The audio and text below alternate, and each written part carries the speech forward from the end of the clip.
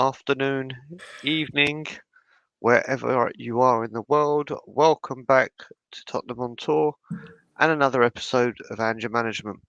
And unfortunately, like London buses, you wait ages for one and then two come at once.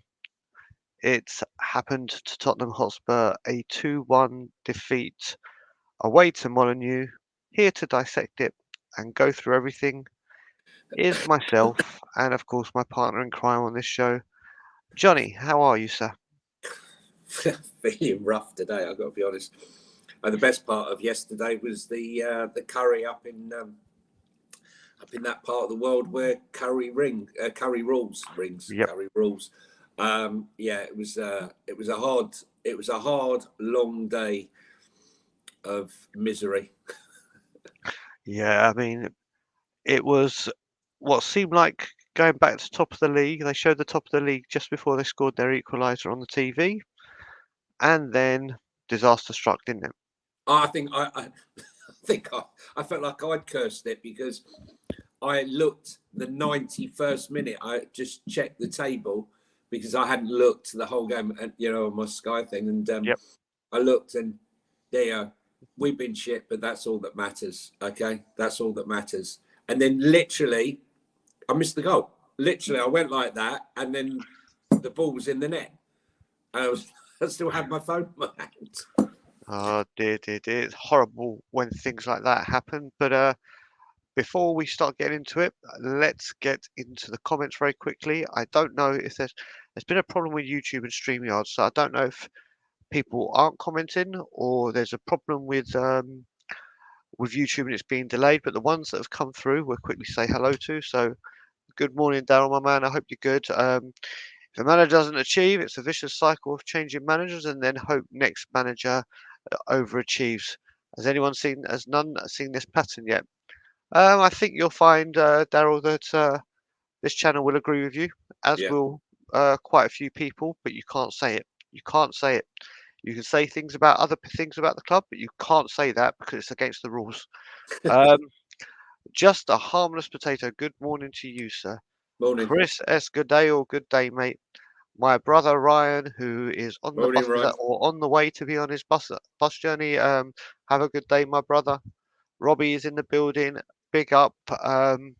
Listen, no doubt in Ange we trust. I've never doubted with this channel and most Spurs supporters and even most Levy outers all back Ange, and some fans calling for his head and questioning him already. Same as what Daryl said. Once again, blame everyone apart from the person responsible. Callum, good morning to you. Who else we got in the building? We got Ferg. Big up, Ferg. I hope you're good, mate. Hope the Morning, new Ferg. baby is doing well. Um, Can I just say, Brian, just Yeah. before we go into this, right? And because every time this has happened, people seem to erupt. The whole point of this show is to dissect the game. So if I feel that a player who I like and I admire has been poor, I'm going to say he's poor. And the same goes for the manager. Okay? I am behind Ange, but if I see something which I feel that he should have done different, I'm going to say it. It does not, I repeat, it does not mean that I am, I'm off Ange and I want Ange out. No, right? It's basically just, analysing the game and saying, what I think. That's it, But it's about opinions, and many won't agree. But There we go. Let's see what other people are saying at the moment. We've got Toxic. Big up, Toxic. Hope you're good, brother. Parky, 1980. Morning, gents. Nice to listen to people who talk sense and say it how it is. Thank you very much, sir. Good morning, Fran. I hope you're good. Ilva's players look tired from the very start and reflected with lack of urgency. Very good point there. Ferg again, can't expect the same players in place who let down. Spot on. It was all for Wolves much better. Almost got lucky if it wasn't for two late goals. Correct. Lee Harvey, morning, Brennan Johnny. Please be kind. I know it will be hard. Who else is in the building? Mr. Mark Cousins, big up, brother. And morning, there you go, the weekly update. Oh man, they're hanging in. Mark. I just cannot understand. I've looked it up. They don't like cold weather. These ones are obviously hardened fruit flies, but they must be nearing their end now. I've still got a few. I've got a few dead ones over here in the corner. They're so minute. They're tiny, these little flies. Anyway, thanks There you go. for the inquiry, There Mark. is the weekly update. We might have to do a series just where you give a weekly Flies are update. us. Exactly. There you go. Stupid night. Morning, guys. A lack of squad depth and Levy is the issue here. 100,000,000% on the money. Boxing Hotspur, big up to you. Bissouma hasn't got the passing technique or brain to play this position. He's got brilliant ability, but not what and he's put afterwards, but not what we need. And Bill, we're not winning any more games in the next 3 months, are we? I don't think we got. I think we will get a victory very soon, but it's not looking as promising as it was. So, before we get into anything, just want to say the artwork that you saw at the beginning of this is from a very dear friend of mine, Lord of Akka, who gives us permission to use it. Go check him out on that Twitter handle, and he actually did an incredible piece for Remembrance Day, which was just incredible. So if you like all of his AI stuff, go check him out because he is incredible. But as I go through it with everyone, if you're new to the show, the way we go through this is negatives, where we'll discuss everything that we thought was negative, and we're going to include the players in it this time because there will be a fair few. Then we'll talk about the positives, the special mentions from the players that we think could be positive. Then we talk about the big man himself. So, Johnny, let's start at the beginning. I just wanted to say before the game started, I was at the Chelsea game. So I was a little bit traumatised before I went on my journey up north for yesterday's game. But I did say before we went to the game, I'm concerned that we're going to be leggy because yet again, you know, we're playing Monday, the last game to play in the first game. And I got told, oh, yeah, but it's 6 days. We played with 9 men for a lot of that game, right? Not only that, most of the players that came in have had no minutes, right? No minutes. And I got to be honest with you, I do blame the big man for that, okay? I think, you know, we should have played and some of these players should have got minutes. I really do feel that. And it was always in the back of my mind that we needed to score a second goal yesterday because I felt that as the game went on, basically, we would be susceptible. And it came to pass. I didn't will it to happen, but that was my fear. But listen, negatives. Oh my God, there was just nothing, Brian. There was nothing. There was no. The most passionate thing I saw was the flames that came out of the gun, which almost singed my eyes. I mean, I was in row H on the halfway line, and I felt like they were singeing my eyebrows. And Son running to the crowd like this after the huddle and go, "Come on," like this with Porro. For me, that was the most passion I saw in the entire game. It was just lacking absolutely everything. You know, I had no belief as a fan, and you consider how much belief that we've had throughout this season that we can overcome everything. I had no belief in that game, even when we were 1-0 up. As I said to you, it took me to the 91st minute to actually get my phone out to actually say, oh, you know what? Somehow, but it wasn't to be. Yep. What I will say very quickly, Lee Harvey, I've just starred the question you've just asked. We'll take questions at the end. But as the comments keep coming quick through, if you have a question, please put a Q in front of it or at TOT so I can see them and highlight them. Colin, listen, the one great thing we have with this show is, thank God, Johnny and I worked on a formula that's structured, because if we just hit, we could go from place to place and miss out so much. Back and forth like exactly. So thank God we're going to start with the negatives, and for the first time, I think it's going to be a large proportion of the show, unfortunately. Yeah. But Johnny, what is your first, apart from that part, the first negative you want to discuss? The subs. Okay. I could go anywhere, but Yeah. for me, it's the first time I've ever questioned the big man, right? The subs, okay? You're playing with Dyer and Davis. They're getting exposed, okay? We're playing with 3 holding midfielders. I actually predicted that team because I said you know, basically you needed another holding midfielder somewhere, but somehow or other you had to put Gio in. But those subs, when he took off those 2 holding midfielders, and left Højbjerg on his own in that midfield when they were pressing, to leave him like that, it was nonsensical. I just didn't understand what he was doing. Lamina was unbelievable yesterday. How he never got bloody booked, I got no idea. Exactly what Farrell said. All right, okay, right. So the referee was absolutely atrocious. I just don't know what's going on. I mean, we were clattered into until one times and nothing was happening. Lamina, he was superb yesterday. I mean, I've got to say, he was absolutely superb. But how he got away with half of these challenges, I'll never know. But I just felt like putting you know, all of that weight of expectation on Højbjerg to hold back that tide when they're pressing for that win. That's when you needed, you know, I know Sarr and Basuma didn't play well, but to leave him on his own, to me, I just didn't understand it. And also to leave Son on, you know, and not bring Veliz in so he could at least hold the ball up. And I just felt we were missing that strength and that guile in the middle of the park. I just thought his subs were totally wrong. And they actually, you know, where Johnson had that chance, which he should have buried from Højbjerg, but I don't know. I just felt like the tide completely changed. Then it never looked like when those subs came on that we were going to do anything other than hold on. Yeah, I mean, you started with subs. I'm actually going to go starting lineup.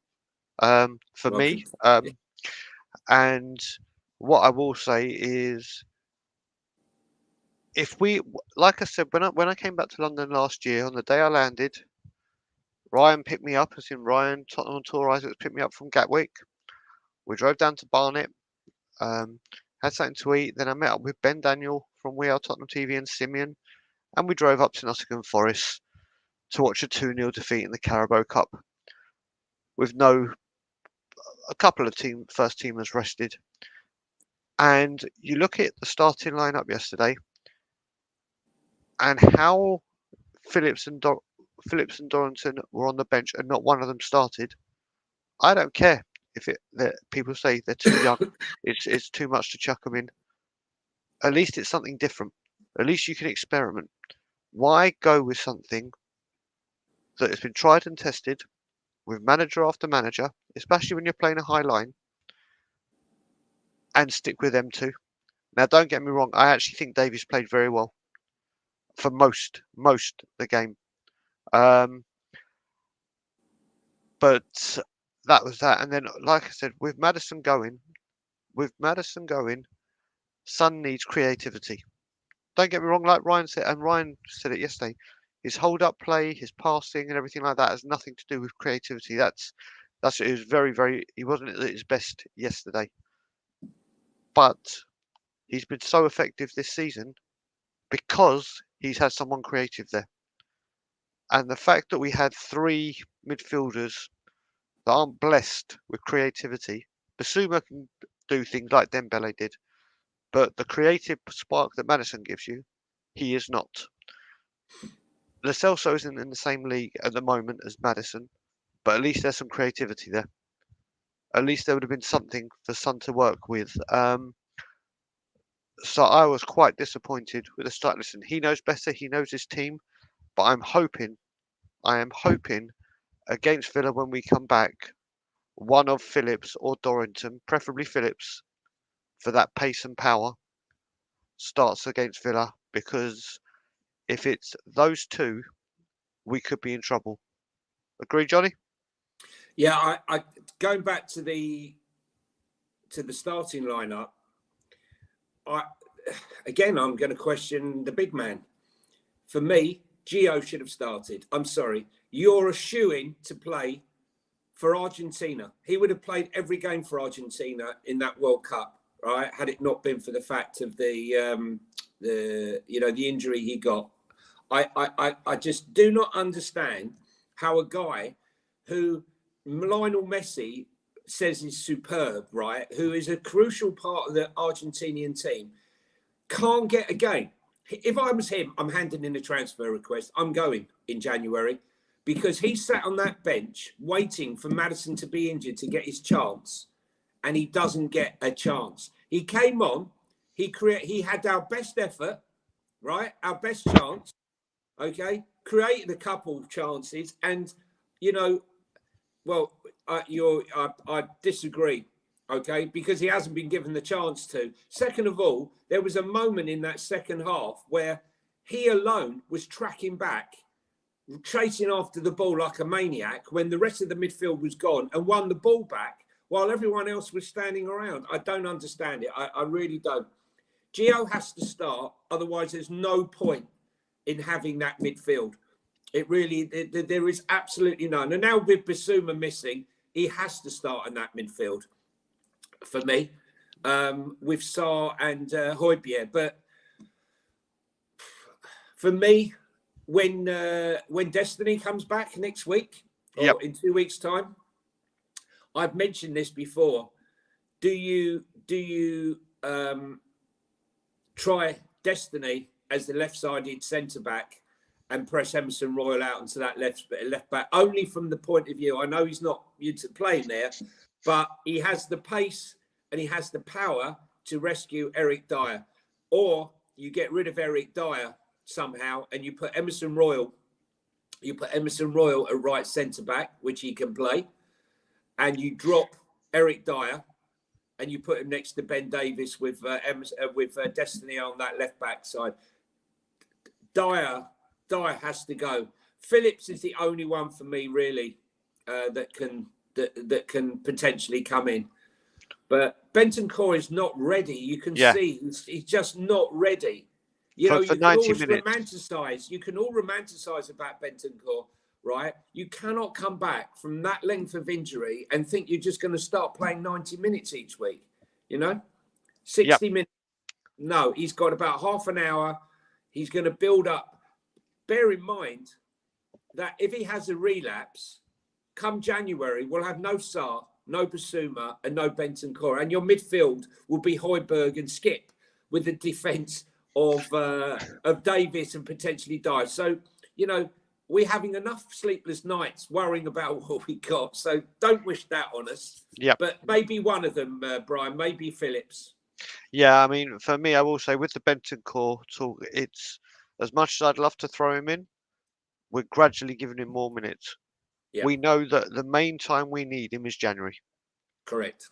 The main time, and with Christmas coming up as well, I'm sure he's going to feature a lot more. There are a lot of games, and it has to happen that we bleed him in. It has to happen. What's kind of saying, Carl, we one game to, yeah, exactly. That's spot on. Yeah, Højbjerg didn't have the best of games yesterday. Well, a lot of players didn't. I mean, you've spoken about the referees. We've spoken. He put one on a plate for Johnson. Oh, mate, do you know what? Perfectly on the plate. For me as well, that goal was a brilliant team goal, and from there on in, he was missing. Everything went downhill. Everything. We lacked creative spark. You know what? I hadn't put into consideration, like we've spoken about with this before, Johnny, about being the last game one week and the first the next. It constantly keeps happening. That's definitely had some kind of major impact. It just, do you know what? I think we'll start going through players because we could be here all day talking about it. So negative players who. Well, listen, look. Let's talk about the donkey, okay? All right, listen, it's not his fault, okay? When God was handing out attributes, Eric Dyer was at lunch, okay? Unfortunately, he might have this up here, but unless the equipment called your legs, right, working in tandem, you're screwed. Honestly, that first moment, right, he got beaten in that first half within, I don't know, 10 minutes. I think it was 10 minutes. He thought about pulling the guy back. He put his arms on his shoulders and then just remembered, oh my God, I'm going to get sent off, and pulled away. And somehow, from nowhere, Ben Davies came and got a fantastic blocking, because otherwise that would have been 1-1 early in that second half. He's like a statue. He is a statue. He is useless. I'm sorry. I'm not having anyone defend it. He is not of this level. If you want to be another level, he's been here years and years and years. I've 8-9 years of having this conversation about Eric Dyer. Okay, yes, he scored a great goal last week. He cannot defend. And in the 91st minute, 91st minute, he's got the ball, game management. Okay, see out the game. What does he do? He's got Højbjerg to the left, right? He's got players in front of him. What does he do? He hits a ball so bad, right? Straight out of touch. Try to find Kulu. Straight out of touch. Momentum given straight back to them. Throw down that side. Boom. Goal. Yep. Great goal. Fantastic goal. I mean, let's not take anything away from the goal, but oh my God. I mean, seriously, you know, it's just an accident waiting to happen. And then for the second goal, when Lemina's come in, yes, Højbjerg's passed the ball and Lemina's jumped up and he's run past everybody. But again, Eric Dyer, he's watching Lemina run. He's watching Højbjerg's can see the back of him. Watch them can see the front of him. And he still doesn't pick him up. He's ahead of him. He didn't block the run. He didn't block the player. He didn't do anything. I mean, I just don't understand how that guy is still there. Daniel Levy, right? Honestly and truthfully, man, right? He should not be at this club, right? We got rid of Davinson freaking Sanchez, right? I said it at the time. You sold Davinson Sanchez to bring in £13 million to the detriment of the squad. I said it then. He should have been kept at the club until we had a replacement. He's the only one with any pace. And had he been playing yesterday, he would have at least recovered that ball, because he plays the high line. He's got the pace. Dyer's got nothing. He's an insult to shit. He's an insult to shit. Right. I'm going to crack on, but I just want to say something to Ryan very, very quickly. Sorry. Because, no, it's all good. Ryan was saying about giving Bentancur more minutes. And this looks the exact same reason why we can't. Because Johnson, when he tried to that chip that would have been a glorious goal, that's because he's come back and he's playing straight away. And it's 2 minutes. And that was just from a short injury. We have to manage Bentancur so he's back and ready to play 90 minutes. Thankfully, well, with Madders out now, there may be a bit more of an urgency, but you do have the creativity. Now, listen, Eric Dyer, since he's come on the pitch, we've conceded 5 goals. Yeah. I think it was 1-1 when he came on.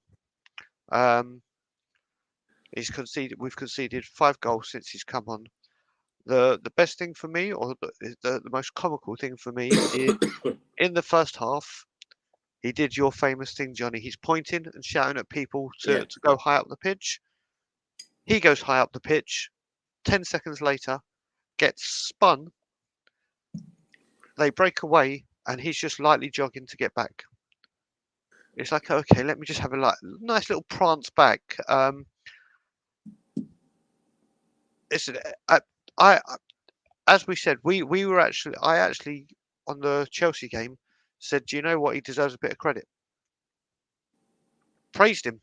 And as I've always said, if I'm man enough to give the criticism, I've got to be fair enough to give him the credit. Well, yesterday, like you said, passing sloppy. Like a lot of people said, the defence was quite high. What's Dyer doing? 5 yards behind the line, playing everyone on side. He switches off at the most vital. Sometimes it's not even about his footballing ability. It's about his mental ability on the pitch. And he just switches off at times. And it's just like, why have you done that? we the fact that we're down to this, like I said at the beginning of the show, if we had lost with Phillips and Dorrington or one of them, like okay, there's a reason. Phillips, inexperienced, needs to give him minutes. There's an understanding. There's a okay, he tried something, but just going with the same players that have let us down under multiple managers, it's just how much longer do we have to put up with this? How much longer? How many more games is this going to happen where we're talking about this? I hope he is not in the team for Villa, or at least in the starting 11. Come January, let's hope we actually bring in another centre back that we all know we needed. So yeah, I'm gonna pick someone now, and it's someone I really do want to bring into this equation. And sometimes people go, "Oh, what are you talking about? You got an agenda against him," which I haven't, because I think he's been absolutely outstanding until he got his red card against Luton. Yeah. Yves Bissouma picked up another yellow card, the same yellow card as he always does, pulling a player down and stopping him getting past. He's now out for Villa. At the beginning of the season, this man was probably the best midfielder in the Premier League. Bar none. Bar none. Maybe Rodri, because he's just a beast. He has been so ineffective the last few games, and we've been saying a lot of the times. I even said if Basuma plays well, we win. Simple as. That's how high I regard him. That's how brilliant he's been. But again, it was just another lackluster performance, and when we were lacking creativity, it was time to step up and deliver it. And he just wasn't there, was he, Johnny?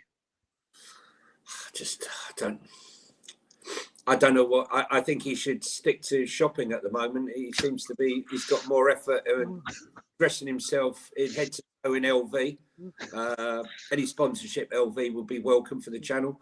Oh, that would be lovely. Yeah, you know, and buying his trainers and doing his videos and being the DJ, mate. First and foremost, you need to be a footballer. It was a pathetic yellow card, right? If you're going to get a yellow card for pulling someone down who's about to break on goal to take him out, not in the middle of the bloody park, right? Pathetic, no point. Yellow. Go on, Brian. What you wanted to say something? Yeah, no, I do want to say something very quickly. I want to just say to Mr. Humphreys, who has never been on the show before and has decided to come in and leave a comment like this. So, once again, let me just give you a little explanation. You missed the beginning, obviously. Yeah. We start with the negatives, then the positives, then the special mentions, and then Ange Postecoglou. So, you may not get this, but there are some negatives in the game sometimes. And yesterday there was quite a few. So that's what we do on this show. You don't enjoy, you don't want to talk sense, or you just want to put Stick it your head in the sand. carpet. Exactly. Yeah. Then be my guest. But welcome to the channel. Back to you, Johnny. Yeah, no, Biss was poor yesterday. He looks like he's playing within himself. I don't know. It's something distinctly missing from everything, and it seemed to. I don't think it was just him though. It just felt like the whole team were missing something. I don't know. The whole middle of that park. I just think we were so negative. The whole thing was negative. Well, we're in negative, but the whole thing felt negative. There was no cohesion. There was no fluidity, and it felt like I was watching Conte ball that had like half a steroid. You know, it was bad. It was bad, and we can make an excuse. You know, many players get a red card. You know, and they still come back. I just think he was poor, and he needs to have a word with himself. To be honest with you, he's cost the team He nearly cost the team against Luton. He's definitely costing us. So he needs to reflect on this long time out, because we got the international break, then he's got another break, so he's going to have like 3 weeks off. 3 weeks again. Yep. That is not good as a footballer, to have 3 weeks off and come back into the team and be fresh, right? Because that's 3 weeks out. Might not seem a lot to you guys, but 3 weeks out from playing football is not so good. And we got no international football, thankfully. Could you imagine if we had international football? No, he was poor. And let's see, Papa Sarr. Papa Sarr was not one of his best games again. But I've got to say, again, this is my point. I don't understand what Ange was doing. You start with 3. You feel like we need to hold these guys. So we're going to play with 3 holding or so midfielders, 3 midfielders that can get stuck in and win the ball back. Okay. And you don't play with any creative. You're not creating anything. You've dropped Gio. And then what you do, you bring on Gio and you take off your 2 other holding midfielders and leave Højbjerg on his own. It made no sense. We had Oliver Skip on the bench, right? I'm not his greatest fan. Okay. Definitely not. But why did we only make 3 subs? Why did we only make 3 subs? We had Veliz there that could have added some solidity and held the ball up. Could have done so much. Papa seems to play well. I mean, when him and Bissa are on song, right? They're unstoppable as a duo. And there's been games recently where when Bissa's not performed and Sarr's looked like the elder statesman, and he's performed really, really well. But yesterday, both of them were really poor. And is it a hangover from that game against Chelsea? Because they both look really leggy, both of them. Yep. So you mentioned Sarr. Before I give my bit on Sarr, just a couple of bits of housekeeping. First of all, cheers, hemorrhoid hurts. Yeah, I'm on my first coffee. I keep realising my sleep is completely out of bonk. But getting up at 4:30 or 3:45 in the morning, ready to do this show, what do? I go and have a coffee. So when I try to go back to bed afterwards, yeah, not happening so much. And then another thing is we have someone in the chat. Where is he? There he is. So this guy's a very dear friend of mine that I've met when I've been protesting outside. And yesterday it was his birthday. So happy birthday for yesterday, Lee. Everyone give Lee some birthday love. What I will say is we had Ren, who's Vicario 001 member of the fan club. It was her birthday on Monday. And what happened? We lost. And now it was Lee's birthday. Happy birthday, Ren, and happy birthday, Lee. Exactly. So I hope anyone do not have a birthday in our upcoming games, because it looks like it's a curse now. That's why, do you know what? It's why I'm so happy I'm born in June, because Spurs cannot ruin my birthday. Only England can on international duties. Right. 19th of November. Have we got a game? I think we got a game on the 20th. I think we have. Wait, let's have a look. Let me just check. Let's just check right now. I don't think we've got anything. We haven't. No, we haven't. Okay, it's international break. Oh, wait a minute. It's your birthday this week. It's the 11th. Yeah, so tomorrow week. Your birthday's on Monday. Next Sunday. It's actually next Sunday. Yeah, next Sunday, 19th. Yeah. Oh, sorry, I'm looking at the dates are the wrong way round here. Yeah, no, the Villa game's the week after, thankfully. There you go. So just very quickly before I go up on Lewis is in the building. Big up, Lewis. I hope you're good. Yeah, please do, Lewis. We need to catch up and need to get you on the channel. I hope you and your son and the family are all well. Everyone is giving Lee some birthday love. Thank you, everybody. Oh, Rich is here. Big up, Rich. Hope you're good. Everyone, see Lee. Everyone is. Yours is next week as well, Philly. Big up. Right, Sarr. Pape Matar Sarr, who has been brilliant 95% of this season. you and I spoke about this, Johnny. That midfield trio of him, Bissouma, and Maddison worked for him and worked well. And you take Maddison out of it, and Bissouma, who is going through a bit of but Bissouma has been calling him like his big brother, his dad, whatever, Yeah. and he's been off his best, and it's reflecting, isn't it? We've got to remember this guy's 20 years old. 20 years old. He That's what needs everyone forgets. That's what everyone forgets, Brian. You know. they need support. They need help.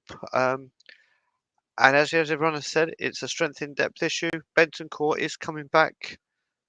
Højbjerg obviously has been there to come on. And you know what? Whilst we're there, might as well complete the midfield trilogy because I just thought they were all so ineffective. Pierre-Emile Højbjerg, who we have been crediting a lot and deservedly so for what he comes on and do, but he was very, very poor yesterday. Really, really poor. It was and all right until late in the game. You know, he was late in the game where it all went wrong. The free kick from Lamina, when he got that free kick and he was complaining to the referee about the challenge. Meanwhile, they took that and Lamina had got up and run past him.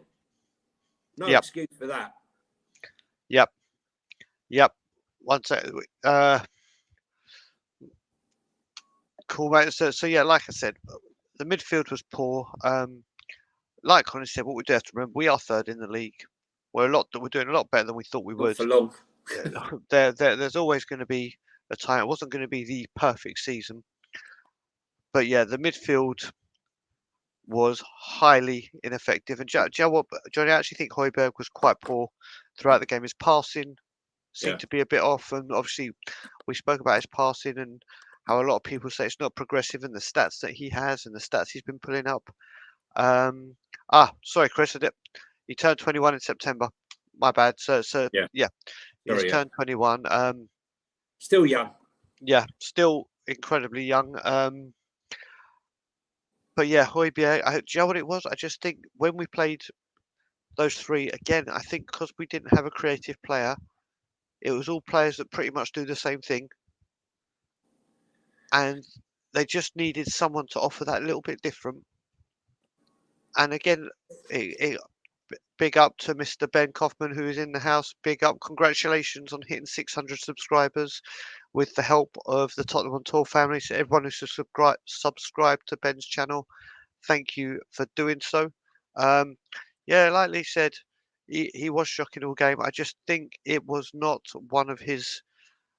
No, it wasn't. But Brian, I've got to say, right, the thing was, what I was going to say was, he set up Brennan Johnson with a great effort. Brennan Johnson should have buried that, right? No two ways about it. He was clear through, right? Perfect ball. But what happened was, like I said, when he took off Bissouma and took off Sarr, right, and left him on his own, he left him exposed. I'm not saying he had a good game because he definitely did not have a good game. I'm not sitting here and saying Pierre Højbjerg had a good game because he didn't. But I just don't understand. You know, we had Oliver Skip on there. We had Veliz on there. We had people with legs. I don't understand. We've made 3 substitutions. You could see we were leggy. I just didn't understand it. The whole midfield was poor, and you know, I'm not understanding it, to be honest. I just didn't get it. Yeah, he was poor. So that's the midfield covered. Your next one. Right, this one's going to be a bit of a shock to you guys. Right, it's not going to be popular. Brennan Johnson, great first goal, great touch. Now, that first half, he was right next to me. I'm in row H, right in the middle of the pitch. He did not want to take on his man. Ball after ball after ball, right? Take on your man, take on your man, take on your man. No. Then when he's tracking back, he's not tracking back. All right. What's name was shouting at him to help track back. And then what does he do? When he's picking up the ball in his half, he's then trying to take on their players in his own half, but not willing to take them on in the other half. And I just thought some of his game management and gameplay was quite negative. I didn't understand it. He started so well, that goal. And I'm not saying that he's a bad player, guys, right? Before you say anything, it's an observation. He definitely should have done better with the effort. That was cramp, by the way, Ryan, that he went down with. Okay? Yep. Nothing more. Cramp. After 60 minutes, or whatever it was, 60, 70 minutes, he went down with cramp. What does that tell you? Okay, 70 minutes with cramp. He didn't start the game. He didn't start the game with Chelsea. So, well, he had to come off. He started the game and came off. So he hardly had any game time on most. So he hasn't got that excuse. So quite honestly, right, he didn't do a lot of work. He was annoying me and annoying a lot of people. He wasn't tracking back to help. I know we didn't concede any goals that first half. Well, we brought him on for his pace. Use your pace. Push the ball past him and go. Yep. Nope, you're right. Before I talk about Brennan Johnson, he's back, so I'm just going to address him once again because Ange had 3 months, a short transfer window. Agreed. Completely. Once again, he came in. He had the most work to do in the least amount of time. Daniel Levy. We need 2-3 seasons to absolutely peak and have the depth we need. We haven't had a manager last a season since Mauricio Pochettino left. Why? Daniel Levy. In the meantime, let's lay in the boot. Unbelievable. Once again, I spoke to you and said, this is what we do after a game. Go and watch the other 12 shows, my friend. After a game, we dissect it. There was a lot of things to talk that were negative. Do you think we want to talk about it? No. But do we do it fairly? Yes. So Andrew's had, I'm going to say this again, Andrew's had 3 months and a short transfer window. Correct. Why was that? Daniel Levy. We need 2-3 seasons to absolutely peak to have the depth we need. Haven't had a manager last 3 seasons. Haven't had a manager last 1 season. Since 2019. Pochettino. Is it 2019? Yeah. I think it is. Yeah, since Mauricio Pochettino. So great points. Really, really good. I look forward to your next instalment. So where were we? You were talking about Johnson. Okay. Brennan Johnson. And Mr. Brennan Johnson. They said, yes, Johnny, I agree. Why he didn't? He's afraid of it. I don't know. Listen, I couldn't understand it. I just didn't understand it, Colin, because I know you're his biggest fan, and I'm not here to run him down. For me, I just didn't understand what his gameplay was. I mean, he was our outlet. He was our outlet down that side, and he just, I don't know, it just was not happening for him. Just did not happen. Yeah, I mean, listen, what I will say is the movement to get his goal, and we'll talk about the goal when we get to the positives. Yeah, there was a positive. But by the way, Mr. Humphrey, stick around for the positives. You might realise, I ran my mouth a little bit too soon, but never mind. Never mind. There won't be many of them, Brian, don't we? Yeah, but we will get there. One of the nicest people in the world is in here, Guguma. I hope you're okay, darling. So yeah, I think his movement for the goal was fantastic. That there really is a player there, but this is the thing, and this is why we've got to be careful with players coming back from injuries, especially like with Van der Ven. If your hammies start going and your game is dedicated but to pace, that is probably the worst injury you can get, because the fear of it going when you start running at full pace, it is massive. And do you know what? When it came to the finish where he chipped it, you could see what he's trying to do. It was even the right thing to do, in my opinion. But he just got his angles wrong and he was exhausted. I expect. Listen, he came After on. 60 minutes, I don't 70 minutes. I Well, don't like I get said, it. coming back from that, Joe as well. We said the stop start, which I firmly blame VAR for the injury to Van der Ven. He came on for Chelsea, was the best player on the pitch before he got substituted. So he didn't even get any proper game time to get minutes in his legs. Then had to come off. Then he kept. It's been so stop start for him, and I think he will get a lot better. He will do a lot better. He just needs to get the confidence, and the fact that he's got his first goal, which was a really well taken goal. He needs to get stuck in, Brian. He needs to. Little Brian Gill, when he came on, he's like a fraction of his size, and he was getting stuck into challenges. He was running inside, trying to get involved. You know, at least he was trying to make it happen. I just felt like he was, apart from the goal, he was a bit on the periphery of everything, you know? And like Yep. the defenders were shouting at him to come back and track Yep. back. Yep.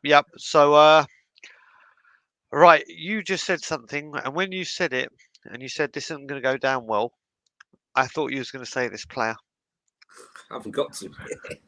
Now that you haven't said it, I'm going to have to say it.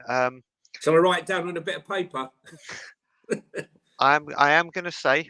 What was that last question that's just gone back? Oh, but pick up the How Sussex can the Hospital. club let Benton go? What? Well, we'll come to that. I've started. We'll do question. I didn't realise it was a question. So we'll deal with that afterwards. Big up Sussex Hotspur. So I am going to speak about it. I am going to bring. I am going to bring him up, and I am Is he going to Asian? speak. I am going to bring up Hyun Min Sun. Now, like I said at the beginning of this show, I think a lot of his game has been affected because he hasn't got Maddison and that creativity and destiny running down the wing. And Porro, who I will refuse to be put in this negative section, I completely refuse to have it in there. He looked like he was lost at sea. Now, he's a player, I used to say this about Harry Kane. When we were doing bad, he was our star.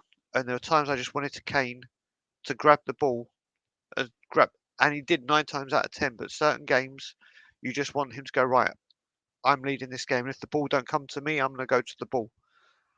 And he just looked alone yesterday. I think, listen, Sonny has been exceptional all season. Absolutely exceptional. But you can talk about it when he's having a bad game. And like you said at the beginning, whether he would have made a difference or an impact against these kind of defenders and against Wolves, I would have loved to see, not from the start, anywhere near. And he just didn't know what to do with himself. I was hoping to see him have a bigger impact in the game and grab the ball, grab the game by the scruff of its neck. He didn't. But listen, the biggest point I've got to make with Sonny is he should have at least tried to have more impact in the game. But he is completely missing Maddison. I completely get that. And you know what? Third time lucky. Look at that. Mr. Humphreys agrees with something we're saying. Whoa! Hey, you negative so and so. There you go. How dare Welcome. you? How very dare you come on here? Maybe you've understood it now. How we're doing. Like I said, Mr. Humphreys, this is a show where we dissect everything. Everything has its place, and there's a place for everything. He's free. I'm free. You're free to make as many comments as you want. Okay, as free as you want to be. Look, Sonny. 1 second. I just want to say good morning to Willie. Morning, guys. Just subscribed to the show after yesterday. How many do you think? We'll deal with that question, but welcome to the Tottenham on Tour family. Really appreciate the subscription. Anyone else that wants to join, we announced our plans for Christmas with our Tottenham on Tour advent calendar, which is going to be a lot of fun. There is 124 people in here and 47 likes. Can we please make an impact? I know we lost, but let's try and make it up with some likes. It helps the algorithm, and so just hit that like button. It's very easy, really help. Pain free. Listen, Sonny Brian. Yeah. he just wasn't on it. He couldn't hold the ball up. He had one chance in that second half. It was a really good chance, and he wanted another touch on it. And he got the block in, but he was poor. We'll get on to the other negatives afterwards, but I'm going to save that for later on down the road. But for me, he wasn't good yesterday, and he should have been hauled off 100%. For me, the main negative here is, and it should have been my first negative. I said it last year, and was told I'm just too negative, and I said it at the beginning of this season. Okay, it does not matter what we do this season if we do not buy the backup for players. We are going to be in serious trouble. We are an injury away from disaster, right? Even when we were winning these games, right? I said, if we lost Mickey van der Ven, if we lost Maddison, and I said, we will lose Maddison. I said, we cannot let Lo Celso go because Maddison will get injured. No, he's not going to get injured. Look at his record. Look at his record. Look at the injury list. Okay, it happens every single season, right? You have to prepare. Arsenal have built that squad depth. So I would give Levy some leeway in the fact that you can't replace everyone in one window when a new manager comes in. But he shouldn't have got rid of Sanchez without finding a replacement. We all knew, even the weakest of football fans' knowledge would have known we needed a replacement on the left side, centre-back. We knew we needed backup in the creative element if Gio was going to go. We haven't done it. And we are now paying the price. Yeah, we've seen Newcastle ravaged with injuries. We've seen this one. Arsenal have had a few injuries, but they have great squad depth. Same with Man City. But, I think the negativity, we have to look at what has been done. And unless it's addressed in the transfer window in January, unless it's done in January, we're going to be having this conversation all the way through the season. Yep. Because we all knew that the likelihood, we knew, for example, that Romero, he has this muscle condition that rears its head. He's had it since he's been in Italy. Spurs knew he had it, and he has to rest up sometimes when he can't play the games and he needs a little break. Well, he's going to get one now. But my point is, we could have stopped this happening.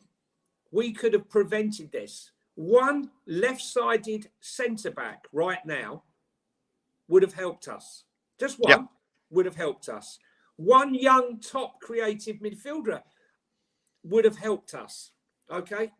And the last thing I'm going to mention, for me, it's been a bone of contention. I've been going on about it since last year. Before the game against Leicester, I was going on about it. Our medical team, what the hell are you doing? Our conditioning team, what the hell are you doing? Okay, we saw Bentancur go down. His leg popped. Harry Kane tells him he heard some loud bang, and he's walked off the pitch. Not on a stretcher, walked off the bloody pitch. Right? They're even allowed to try and get back on. Then we see against Chelsea, Mickey van der Ven goes down. Okay. Did you see Pedro Neto? When Pedro Neto's hammy went, what did they do? The medical team rushed on. They didn't let him move. They brought on a stretcher. They wrapped up his leg. And off he went. No, not our guys, right? It took his while to get on. He comes on and he walks off with Mickey van der Ven having to put weight on, he said, not two medical guys so that they can carry him off or have the support. Should have gone off on a stretcher. How do we know that hasn't aggravated it? Look at our injuries, our conditioning. We have agency staff, right? We are using agency, medical and fitness staff, right? Agency is wrong. When you have a 50, 60, 70, 80 million pound racehorse or a thoroughbred, why are you scrimping? Why are you cutting back? We should have the top medical team, the top doctors, the top of everything, analysing for these players. They should be in the red zone and then get told, look, guys, you're in the red zone. He can't play, right? The analysing of players' injuries is gone to pot. There's something seriously wrong, Brian, right? Yep. We have got what now? I've lost count now. What is it, 10, 11 players? I don't know. I don't know how many players we got injured now. I've lost count.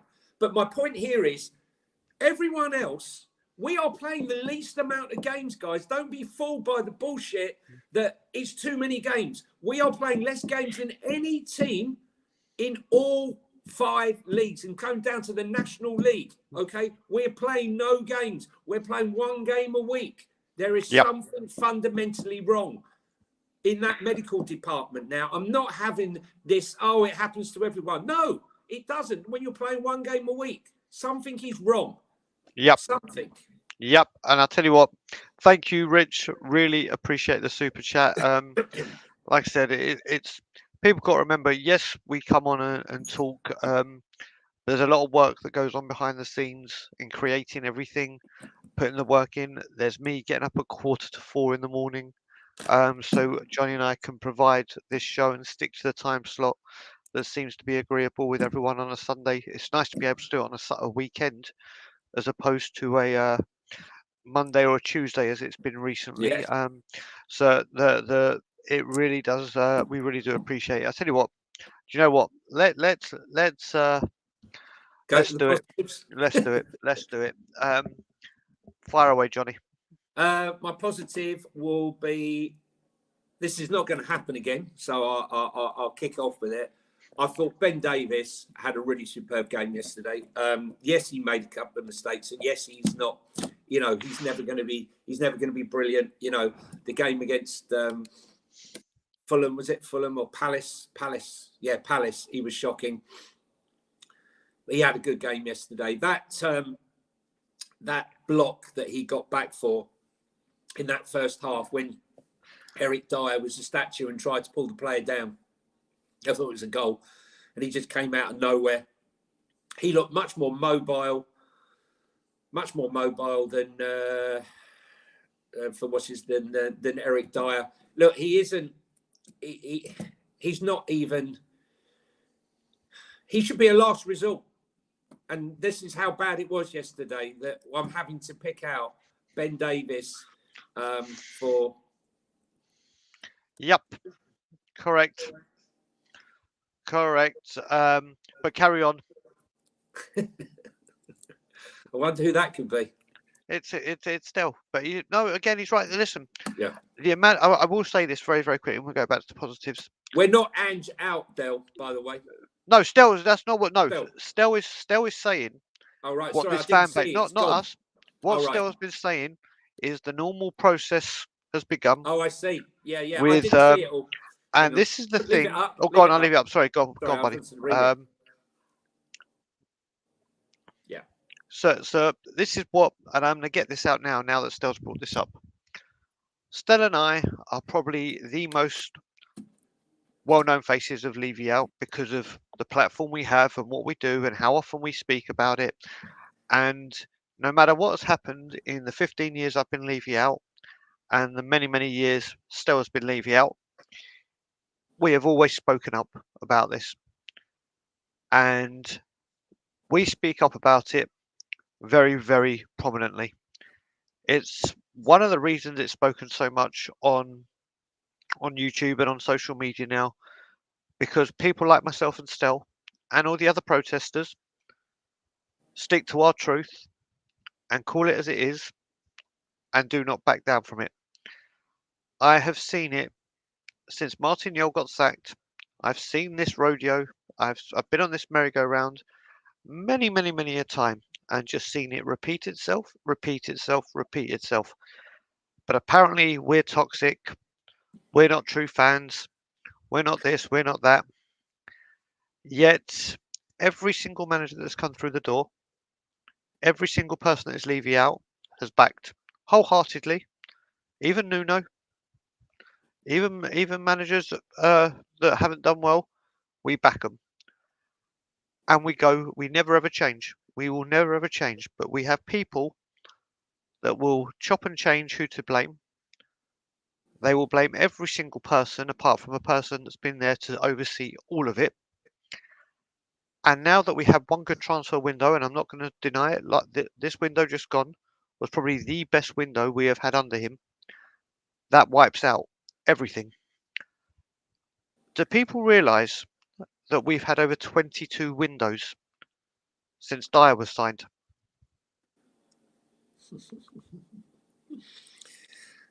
That sorry, sorry. I think it's 22 combined with Ben Davies as well, because he's been in Dyer's been about 9 years, so that's 18. He's probably got Um, more chance of a statue, Brian, than Bill Nick. and this is where I go. What has happened is we never, ever, ever change our views, and have always stuck to this. So people that are calling out for Big Ange, it's ridiculous. It's absolutely ridiculous. This man has had 3 months and is doing an incredibly great job. His fan base is bonkers, Yeah. Brian. Oh, Absolutely bonkers. mate. They're bonkers. I mean, look, the thing is, guys, right? We spent 4 years watching Dross. This is the positive section, guys. I mean, like, I can't even listen. Like, listen, we spent 4 years in Dross. This guy has alleviated, he's taken us from the mud, from the mire, into actually being happy. And someone up there has decided he's going to stop us being happy, right? Yep. And the only people that he's made happy are those same morons who have turned around and said, wait till we get lost. Waiting, sitting back, waiting for the moment for us to get beaten. Now, you think that would be the Arsenal fans or the Chelsea fans, but no. I get messages. I told you he was rubbish. I told you he had no clue. Oh, you're bigging him up as the next big thing. It'll all come. You'll see. You'll see. These are people that just want to be right because he wasn't the person that they wanted as their manager, right? I never wanted. He was never my first job. Wasn't even in my top 10. But he's done an unbelievable job. And do I think he's done everything right? No, I don't. No, I don't. But I'm not calling for him. I said, when the wheels come off, I'm on the train, I'm on the journey, okay? And when we get derailed, I'm not getting off the train. I'm staying on the train because you have to back the manager. You have to back the manager and hope that guy upstairs takes the cobwebs off of his purse, okay, and spends the money and delivers for Ange. Because right now, no manager, I don't think any manager could cope. Jurgen, Pep, no one could cope and deliver anything with that team. So give your head a wobble and realise that, his hands are tied. He's not got what he needs. And if you think he's been handed it after 3 months, right? I don't know what to say. Will we finish? Did we think we were going to win the league? No. Did I hope we would finish top 5? Yes. That was my prediction at the beginning of the season. That's what I hope for at the end of the season. Top 5. Yep. And where is he? I'll deal with this now. Mr. Fake Name, Mr. Fake Avatar. Come and explain. Come on stream. info@tottenhamontour.com. Give me your details. Come on my stream. Come on the channel and speak. We'll have a discussion. A disgrace is letting a certain man get away with everything and blaming everyone but him. But carry on typing. info@tottenhamontour.com. Come on the show and tell me why it's a disgrace. Let's debate that. But now, let's get back to the positives. You said Ben Davies. He was playing very, very well. Listen, we know what his limits are. We know he's not Van der Ven. We know he's not Romero. But he was the best central defender by a country mile. And he just switched off at the wrong times. Which obviously isn't a positive, but you know what you're going to get with Ben Davies.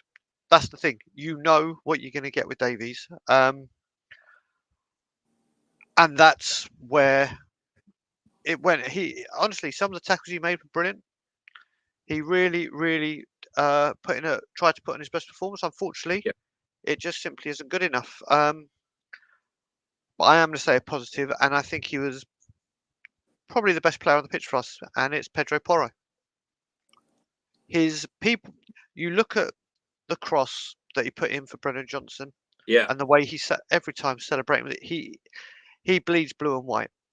But do you know what the best thing that was about that goal was his dummy to play the ball in the middle of the park, and then his overlapping right. Kulusevski, who I thought was poor yesterday, we've got to mention him. Brilliant for the assist, brilliant bit of skill. Do you know what? I think Kulusevski is absolutely shattered. Honestly, I think he's absolutely Do you know exhausted. that? Do you know? Can I just say, you know, the build up to that game, to that Yep. goal? You know, he slipped. He didn't mean to dummy that ball. When the ball was played from left to right, he he completely missed the ball and it went across. And that's when it came to Kulu. And Kulu done that fantastic bit of skill. But it was, yeah. He's missing Miss Slocum's pussy, obviously. Yeah. Yeah. But Porro was. I honestly think he is such a good player. I had huge doubts about him defensively, and yeah, defensively he still needs to. He still needs to. But this guy is getting it, and I think, like I said, Kulusevski. Actually, I wouldn't mind seeing him in the middle rather than Celso. Put Brennan Johnson right and put Brian Hill left. Something different. There's a lot of creativity there. Whether it works, don't know. Try it. I honestly think that Pedro Porro was the star of the show yesterday, and he didn't deserve to be on the losing team. Would you agree, Johnny? Yeah, no, listen, look, I had held my hands up. You know, I said before he came, he can't defend.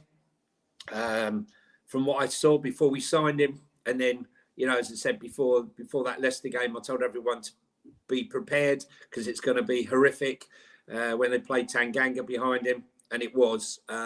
But he's got better and better and better, and this season, you know, we're seeing, you know, him evolve as a far better player. He's still got ways to go. He's still young enough to improve, and he will. Yeah, you know, he was definitely probably one of only 3 players that played well yesterday. The other one was Big Vic, and again another superb save he made. He couldn't do much about the others, but I just felt like I had to mention him because, again, a save that I don't know. He should have. He couldn't do anything about that other goal. Yeah, that first goal was superb. Oh, it was brilliant. That the way he took that goal His was first touch. absolutely brilliant. His first touch. The Spaniard did come on. I keep forgetting his name. And Lamina. Lamina was superb yesterday. I think if Lamina had got booked like he should have done on about 4 or 5 occasions, Yep. He might And not. Craig Dawson. Yeah, I think maybe he wouldn't have got on the end of that one, but it is what it is. But that's about it for the positives. Yeah, I mean, I think we've done with special mentions as well. I think we've covered two in one. Yeah. Let's get to the man himself.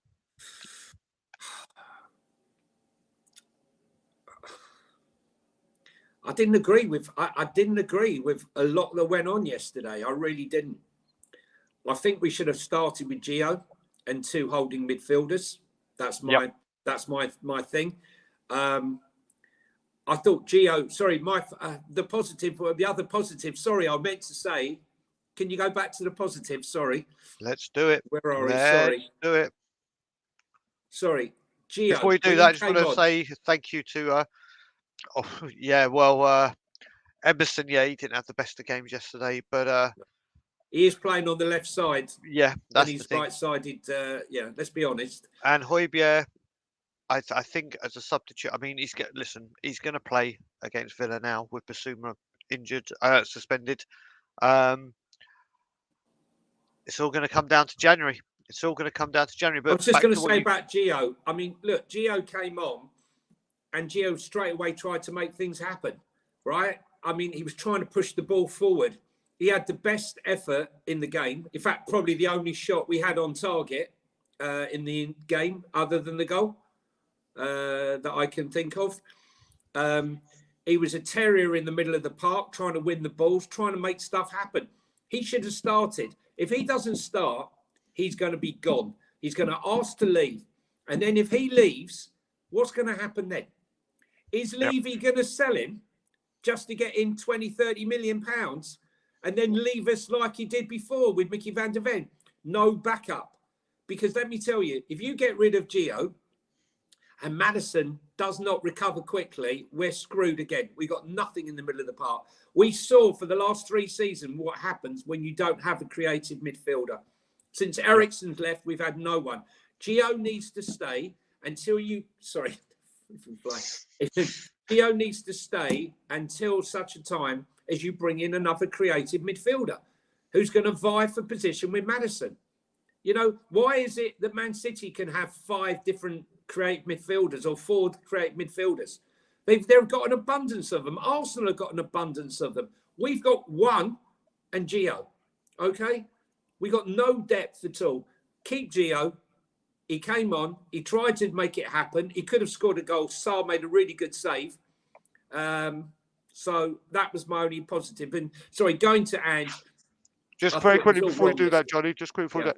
Lee, we kind of this time rolled it all into one. There wasn't that many people to really give a special mention. We've got special mentions for bad and good. Do you know what? I will say, actually, one other player that we didn't put in, and I am going to put Bentancur in there. When he came on, the play he did to set up Brennan Johnson for that chip that went. Listen, that was Højbjerg with the pass. Yeah, but no, it was. Do you remember the little bit to build it up when it started? When Bentancur won the ball and took it past a couple, then passed it on to Højbjerg. Yeah. Bentancur.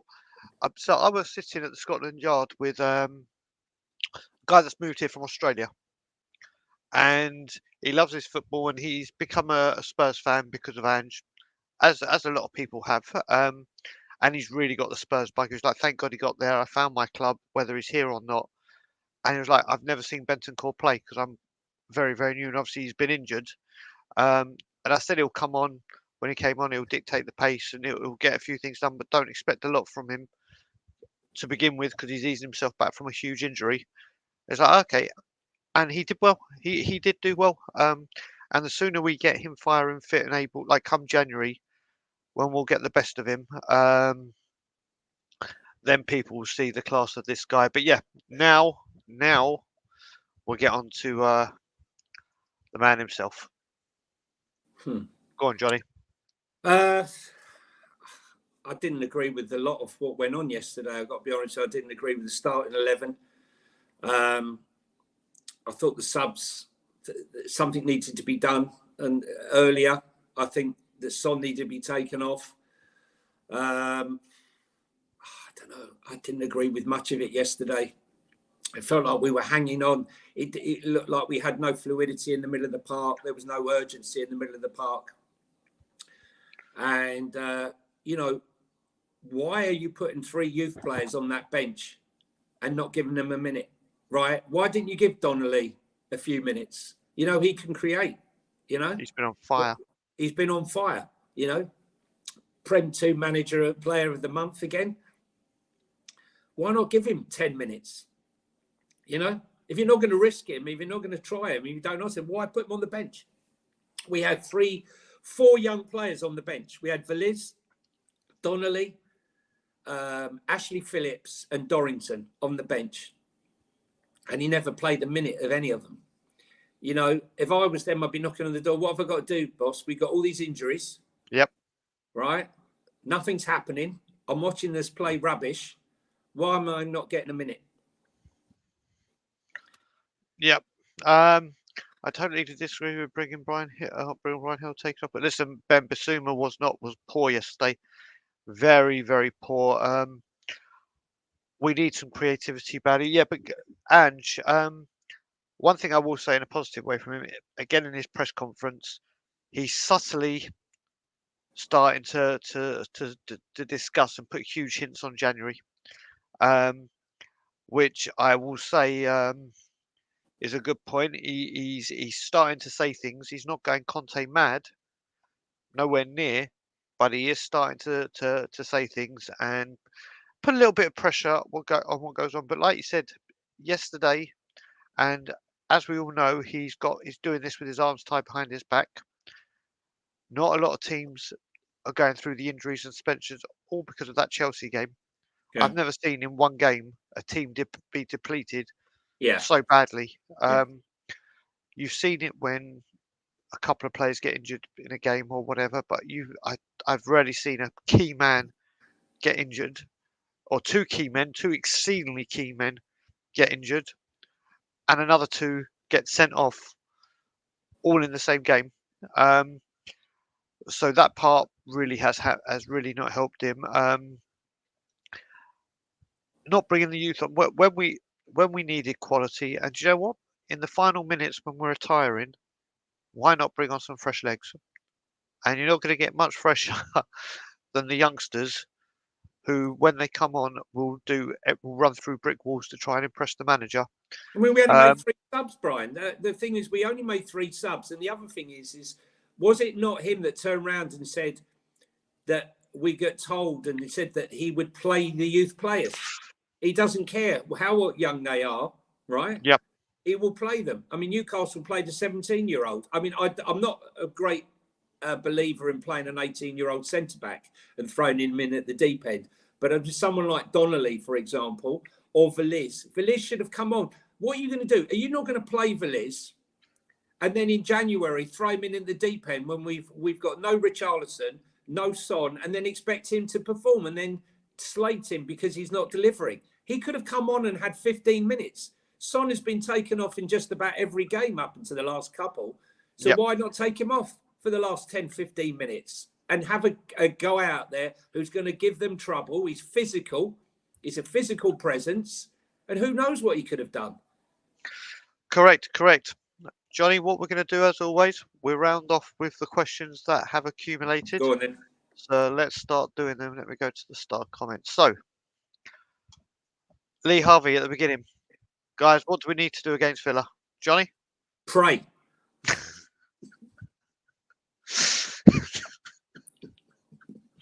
That's a good answer. Want to expand on that? I mean, Jesus. Douglas Luiz, Bailey, Diaby, Ollie Watkins, racing around, Dyer and Davis. Fills me with dread. I don't even get me started about Man City game. We're not. Let's not go there. It should come with an X warning already. Let's not go there. I mean, for me, I want to see Phillips or Dorrington, preferably Phillips. Because, like you said, the players you just mentioned are all blessed with pace. Having Porro and Destiny down the flanks will hopefully eliminate what happened yesterday. But we need some, and obviously we need creativity. I don't want to see, if I see a midfield 3 of Bissouma, Højbjerg, Skip, then I will fear the worst. We need some creativity in that midfield, and Ashley Phillips in defence would be, and also, most importantly, a decent referee, if there is one in the Premier League right now. Next one, Mr. James Flower. I did not see, you were there, so you probably would have seen it, Johnny. I didn't see it when if we're talking about when one of the goals or both the goals went in, I left my seat at the Scotland Yard before I did something stupid and had a quick vape. So I did not see it. Did you see it, Johnny? I think I saw him. I thought I saw him after the first goal, James. I thought I saw him run out. I thought there was something wrong with the goal because I was on the right side and the goal came from the left-hand side. And I saw Dyer, as usual, try to pass the ball out and put it straight out of touch when we could have held on to the ball and played possession football. But Vic, it's not the first time Vic's told players off. But the bond between Vic, Mickey van der Ven, and others has gone, basically. Yeah. that's on the response to your praying. Hold your head. Yep, there you go. There's that one. So yeah, James didn't see that. Sussex Hotspur. Hello, Brian and Johnny. Question for you: how can the club let Benton? Yeah, Look, Conte made a very good point. This club is not professional, right? We're not professional. You make an excuse like Saka. I would not be surprised if Saka gets pulled out of the England squad. He takes him off. He says he's got a knock. Takes him off. The game's secure. 3-1. Take him off. He's got a knock. Pull him out of the England game like he did the last time to protect him, okay? Big clubs argue about your fixtures, okay? You say, you know, why are we being picked for Monday, Friday, you know, or Monday, Saturday, first game? You know, you complain, you create a noise, you know, like big clubs do. You make excuses why your players can't go. Sonny shouldn't have gone off to Asia for a meaningless double-header last month, the last window. And yes, Bentancur should not be going away. He should be wrapped up in cotton wool. He's just come back. Do they care that if he plays and he gets injured? No. yep, I mean, really, if he breaks down, if we get any more injuries on international duty, honestly, I mean, you can imagine we lose Brendan Johnson and Bentancur on international duty. yeah. I mean, what I've got to say on this is there are so many teams. Sir Alex Ferguson used to do it all the time. Alex Ferguson used to do it all the time. They're not going. They're not going. They're not going. And he used to put his foot down. And like I said, Conte would say this. I don't understand when you've had a player out for the best part of a year and he's just coming back to fitness, only just, and you know Uruguay will play him from the off. And unfortunately, we pick up injuries quite a fair bit on international duty. This is also, like we've discussed as well, Johnny, when our fixtures get changed, we never put up a fight. Other teams will go and say, this ain't on, we ain't having it. But no backbone, no backbone. And if Bentancur does pull up, please God he doesn't. Please God he doesn't. We will see what the club do. Willie, who is joined just so here we go. How many do you think we need in January, Johnny? And let's be realistic. Let's be realistic. No, I will be. We need a left centre back, a left-sided centre back. We bring back Region, in my opinion, to cover another big mistake that we shouldn't have let him go because he would have been cover, and he would have played a natural left-sided left back. Whatever you think of him, I would have played him, and we would need potentially. Well, I would buy a utility player, Gertrude from Feyenoord, who can play a 6, a right centre back, and a right back. Utility player. We need utility players, and if Lo Celso goes, we'll need another creative midfielder. So 3, I would say. Okay. We can't buy just for buy's sake, right? It has to be the right player. And if the right player isn't there, then you just don't buy them. Yep. As sad as that may seem. Well, I've said it again. For me, this window I am judging solely on how quick the players come in. Solely. That's it. I don't care how much we spend. I don't care where they've played, if I know them or not. The way I'm judging this window and to say, yup, Levy's back to Ange, is solely on the players coming in quick. Not a Pedro Porro on day 31 when we knew we wanted him from day one. I'm going to go with you. I think, listen, we're losing 3 very, very key players right at the beginning. They need replacing. Yeah. I might go one more up. I'm going to say 4. But if I was to be realistic, 2 will probably happen. The next one. I can't wait to give my answer. How true is this statement? Spurs have no money for the January window. Go on, Johnny. I don't know. It feels like eat, sleep, repeat, doesn't it?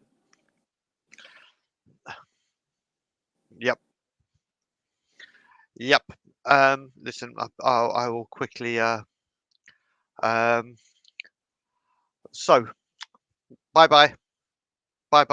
What a shame. We miss you badly. Um, so, um, I'll go back to this. How true is this statement? It's bullshit. You watch in January, some more money will come in for another revenue stream, another building project will get done.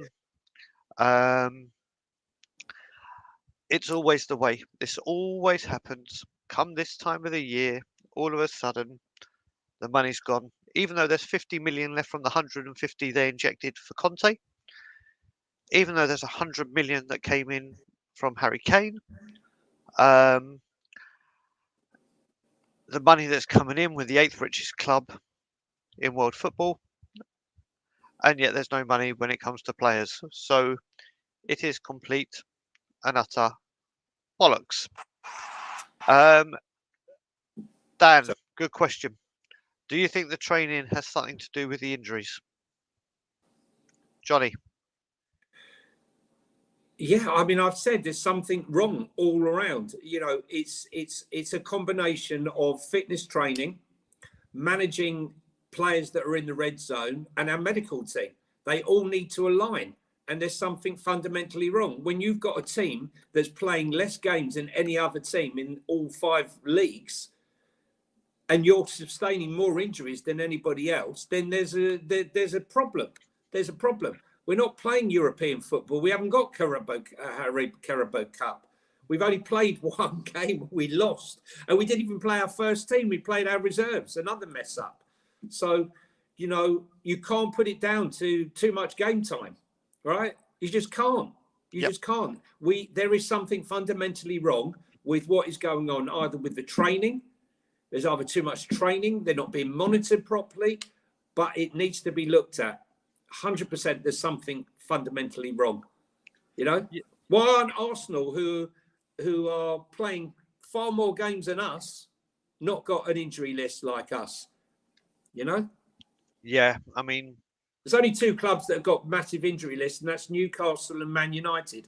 But Man United have got, you know, and Chelsea, but Chelsea have got like 58 different players. So, you know, they just keep drawing on their holding pen and dragging a few more out. Yep. I mean, you look at it, like I said, I remember when I used to go watch training when we had Jurgen Klinsmann at Joe Francis, when we were playing at Copthall in Mill Hill, and the football pitches then were like Hackney Marshes. They were awful. Now, obviously, at this training ground, they're carpets. The technology behind the pitches now, the work that goes into it, is just simply incredible. It keeps happening with manager after manager after manager. Medical team comes into question again, doesn't it? I mean, I remember on the All or Nothing documentary, the amount of players that were on the injury table at one point, and even Jose Mourinho said at the time that this is just, how is this happening? How is this possible? And it keeps rearing its ugly head. And I just want to say thank you to Gaguma for the super sticker, which is her normal fox, I think it is, that's got hearts coming out. Thank you very much, Gaguma. Really, really appreciate it. Next question from Rich, big supporter of the channel, as is everyone. What business do you think is feasible in January? I think we're in a difficult position. We have quite a few youngsters almost ready to come through. So it's kind of similar to the question we had earlier, but... Well, the difference is, I think here, Brian, Rich makes a really good point. You know, you've got to be careful that you don't just bring players in and then block the path for the younger players, like your Donnellys and your Dorringtons and your Phillips and your and such like, because otherwise, what's the point? If there's no hope for them, then it's going to be a problem. So I think you have to have one eye on that. There was another question back there. Someone asked Johnny something. No, that's from Dan from the Hotspur Hood. Mr. Danny Dyer. Danny. So he's there. But yeah, let's crack on with the questions. For me, with that one about what's feasible, I don't even know where we go, Rich. It depends what you deem feasible. We know what we need. We need creativity. We need a left centre back. We need a left back to help when Destiny's not available. And that's just the start for me. That's just the start. Centre back, left back, and some creativity.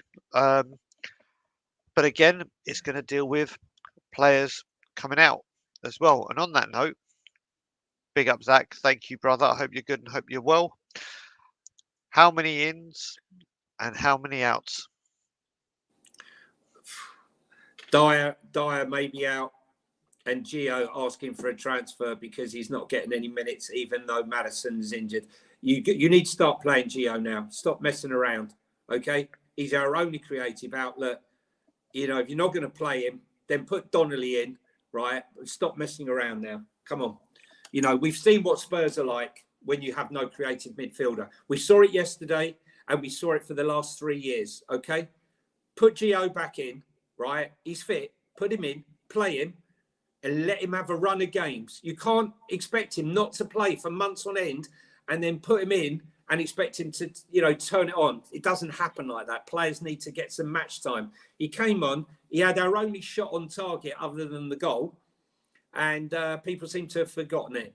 So I would say 2 out and 2 or 3. I wouldn't be surprised if we have a loan with an option. Yeah. But bear in mind that I think Fabio is well on it. Well, for me, when it comes to how many ins, it is going to be reflected on how many outs. And there are players that we obviously need out. And it's whether the management and the director of football are allowed to negotiate the fees that they go for rather than the sky high asking price that a certain person will ask for. We need to take a hit on the players that need to be out the door. Take the hit.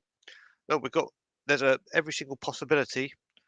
We've got Tanguy and Dembele coming back in January, and we won't be able to do a goddamn thing about it. We couldn't even get him to play for Stevenage, honestly, right? I posted on my Instagram account a video of him warming up for Galatasaray. It's embarrassing. He couldn't even warm up. He's like walking around. Oh, it's disgusting. Like he's just come out from McDonald's, absolutely full to the brim, and he hasn't got any energy to run around because he's got a full stomach. There you go. Just before we go to the next question, G-Money again. Need those headless chickens gone? Emerson and Højbjerg. Yeah, listen, I think there's bigger players that need to go. Yeah, those aren't the ones that need to go. Right, listen, do I think Emerson we can get better than? Yes, I do. Yes, I do. But he's definitely not first on the list. And Højbjerg, if we can get someone better, I'm up for selling him.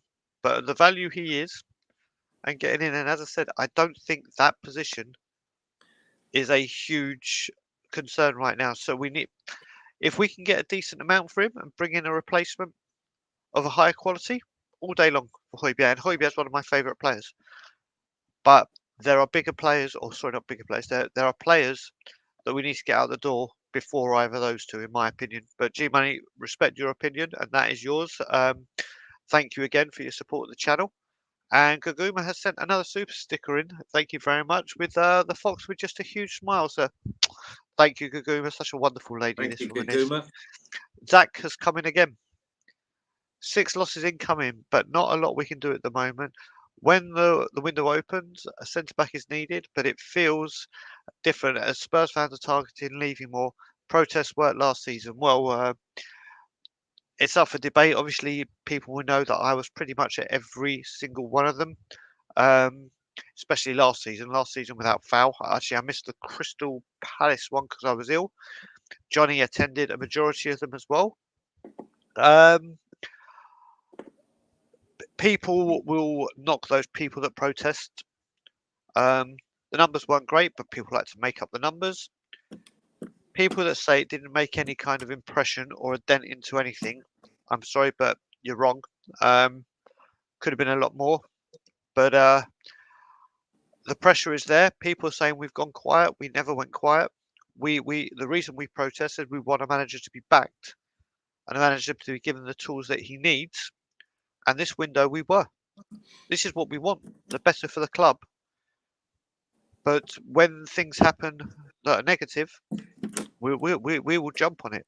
There's no point going absolutely nuts when things were flying because we couldn't get the numbers when things were shit. If we start going mad when things are good, we're going to lose momentum, not gain it. Listen, look, if Levy backs Ange in this window, and he'd be mad not to, right? Considering he can see what he can do with the right tools, then I think we'll be all right. I mean, there won't be a problem. The thing is, why have you brought in all these new people, Lange and all these helpers, if you're not going to start bringing people in? They are trying to bring players in. They are trying to do it. Things have changed dramatically behind the scenes on that front, as we can be seen by the type of signings that we've made. The Vicarios, the Sars, the Basumas, the Phillips, the Villiers, right? There's a new ethos going on, but it's not going to happen overnight. But he needs to be backed, Ange, Before we go on to the next question, I'm getting news from our Nottingham Forest source. The man who was talking about Brennan Johnson weeks before it happened. And I said it last time when he said it, and he's given a little heads up. I love Gibbs White. Absolutely love him. When he went to Forest, I went on We Are Tottenham TV when we were about to play them, when we beat them 2-0. He is a player I would love at Tottenham Hotspur. Can you see us, honestly, Forest spent, 50 million on him? Yep. Yeah. Can you see us spending what they'll want for him? 70 million or something silly? I would love it. I would absolutely. Well, hopefully, I mean, there were talk with. You got to remember with Brennan Johnson, there was big talk that there were going to be players going the opposite direction as well. Maybe that could be. Still, maybe for me, I'd rather have Eze. If I was going to. Eze signed a new contract. There is no chance. You and me are Eze's number one. I love Eze, but but just because he signed doesn't mean that he won't leave. Yeah, there could be a release clause in it. Put it this way: if them two were on the table as viable targets, I would say Eze all day long. Yeah, for me, but Gibbs White, I think is going to be a magnificent player. Next question, Lee Harvey, doing Johnny's job here. I think if he's talking about the numbers and what are likes, and so there's 149 people in here right now, and we are up to 96 likes. Can we please try and get that over 100? Every single stream, we get this over 100. It's gone up to 97 now. We need 3 more. 3 more to break the 100. Keep pushing. And just to let people know, we'll be back with the late show this evening at 9 p.m. Toronto time, 2 a.m. UK time, which is late morning Australian time Monday. So yeah, they are the numbers at the moment, Lee. And it's up to 102. Thank you very much indeed, Tottenham on Tour family. I'm down to 5% battery, Brian. Okay, let's do this very, very quickly. Will Levy put any pocket change out in January? Very quickly then, Johnny. He'll have to. He will. I believe he will. Yeah, I believe he will. We'll wait and see. I don't believe he will, but like I said, I'm not basing this window on financial at all. I'm basing it on speed of player coming in. Okay, 100%. 100%. I said this is why Van der Ven has got injured, because of the stop-start in Chelsea. It is just absolutely insane. And now, Johnny, that was the final question. I'm just going to say very quickly on that, I think the league were offered automatic offside as used in the World Cup, and they refused it. Is it because money issue where they forked out a whole load of money and they've got a contract with a different system? Therefore, to stop using the system, they would have to pay out a whole shed load of money. I'd like that investigated, because I believe that's probably the case. Therefore, maybe you will see automatic VAR come in this season, where they'll have to pay less money to get out of the existing contract. That's my slant of it. Bang on the money. So first of all, thank you to every single one of you that joined the show. We wish we could have been more positive, but unfortunately, the performance didn't warrant it. So what I will say is, Johnny, where can people find you? Johnny H3232, and also if you go on there, you'll see a link to my Instagram account on there. So give me a follow on there as well. And it's going to be a tough few weeks ahead, guys. Keep the faith. Keep the faith. Hopefully we can get through it. It just so happens that we're coming to the hardest part of our fixture schedule, just as we have the least amount of players available. So just pray. Exactly. Well, guys, could get very ugly, guys. Could get very ugly. Thank you very much indeed for joining the stream. Like I said, I'll be back today with the late show. Please feel free to like, share, subscribe, and comment. And as always, Levy out. Come on, you Spurs.